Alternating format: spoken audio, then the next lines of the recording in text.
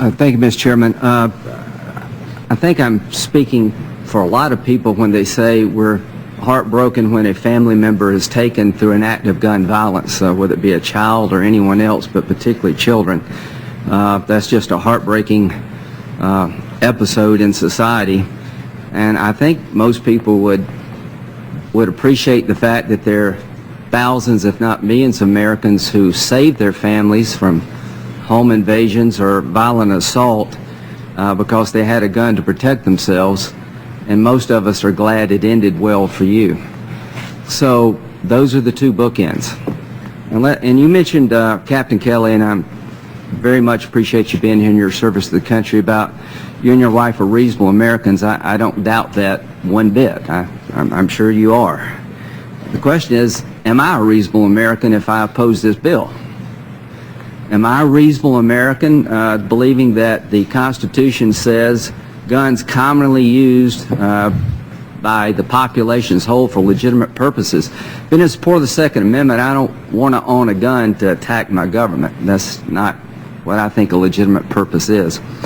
Let's talk about a real-world incident that happened in Loganville, Georgia on January the 4th, 2013. My basic premise is that one bullet in the hand of a mentally unstable person or a convicted felon is one too many. 6 bullets in the hands of a mother protecting her twin 9-year-olds may not be enough. So, I've got a chart here. The very top is a .38 revolver, and on the right is a 9mm pistol that holds 15 rounds. Does everybody on the panel agree that a convicted felon should not have either one of those guns? Does everybody agree that a mentally unstable person shouldn't have either one of those pistols? Okay, common ground there. Put yourself in the shoes of the mother. The guy broke into the home, she ran upstairs, she hid in a closet, she got on the phone to the police, and she was talking to her husband in real time. The intruder broke into the home, had a crowbar, and he found him in the closet. And they were confronted face to face. According to media reports, her husband said, "Shoot, shoot." She emptied the gun, six-shot revolver. The guy was hit 5 of the 6 times. He was able still to get up and drive away. My question is, put your family member in that situation. Would I be a reasonable American to want my family to have the 15-round magazine in a semi-automatic weapon to make sure if there's 2 intruders, she don't run out of bullets? Am I an unreasonable person for saying that in that situation, the 15-round magazine makes sense? Well, I'll say I don't believe I am. So I can give you an example of where a 15-round magazine could make the difference between protecting a family if there's more than one attacker. Now back to your point, Captain Kelly. In the situation you described, I don't want that person to have 1 bullet or 1 gun. And the point of regulating magazines is to interrupt the shooter. That's the point of all this. And I guess what I'm saying is that we live in a world where there are 4 million high-capacity magazines out there or more. I think the best way to interrupt the shooter if they come to a schoolhouse is not to try to deny the woman in Atlanta the ability to have more than 10 rounds, but to have somebody like you, Chief Johnson, meet them when they come into the door. I think that's the best way to do it. Now, my good friend Joe Biden, who we have very spirited conversations about a lot of things, was online recently talking to someone in California who mentioned the fact, what if there's an earthquake out here and there's a lawless situation? In 1992, you had the riots in Los Angeles. I think it was the King event. But you could find yourself in this country in a lawless environment through a natural disaster or a riot. And the story was about a place called Koreatown.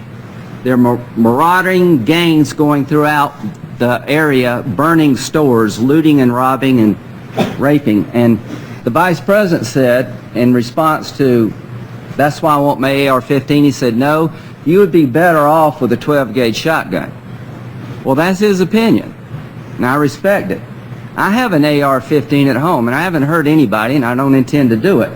But I think I would be better off protecting my business or my family if there was a law and order breakdown in my community, people roaming around my neighborhood, to have the AR-15, and I don't think that makes me an unreasonable person. Now, Ms. Trotter, when you mentioned that you're speaking on behalf of millions of women out there who believe that an AR-15 makes them safer, there was a lot of giggles in the room, and I think that explains the dilemma we have. The people who were giggling were saying to you, that's crazy. Nobody I know thinks that way. Which reminds me of the Harvard professor who said, I can't believe McGovern lost. Everybody I know voted for him. And I bet there are people on our side can't believe Obama won, because everybody they know voted against him. The point is that we have different perspectives on this. And the reason I'm going to oppose the legislation, Chief Johnson, is because I respect what you do as a law enforcement officer. Has your budget been cut? Yes. Will you think it'll be cut in the future? I'm optimistic that it will not. Well, I hope you're right, but I can tell people throughout this land, because of the fiscal state affairs we have, there will be less police officers, not more, over the next decade. Response times are going to be less, not more. So, Captain Kelly, I really do want to get guns out of the hands of the wrong people. I honest to God believe that if we just arbitrarily say nobody in this country can own a 10-round magazine in the future, the people who own them are the people we're trying to combat to begin with, and they can be a situation where a mother runs out of bullets because of something we do here. I can't prevent every bad outcome, but I do know, and I do believe in the bottom of my heart, I am not an unreasonable person for saying that in some circumstances the 15-round magazine makes perfect sense, and in some circumstances the AR-15 makes perfect sense.